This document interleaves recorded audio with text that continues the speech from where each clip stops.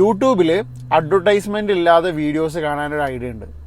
Okay, ഞാൻ കഴിഞ്ഞ 4-5 മാസമായിട്ട് ഇപ്പോൾ അങ്ങനെ കണ്ടുകൊണ്ടിരിക്കുന്നത്. ഞാൻ ഇപ്പോൾ കാണിച്ചു തരാം കേട്ടോ. അതിന് നമ്മൾ ആദ്യം എന്ത് ചെയ്യണമെന്ന് വെച്ചാൽ നമ്മുടെ മൊബൈലിലുള്ള യൂട്യൂബിൻ്റെ ആപ്പ് റിമൂവ് ചെയ്ത് കളയാം.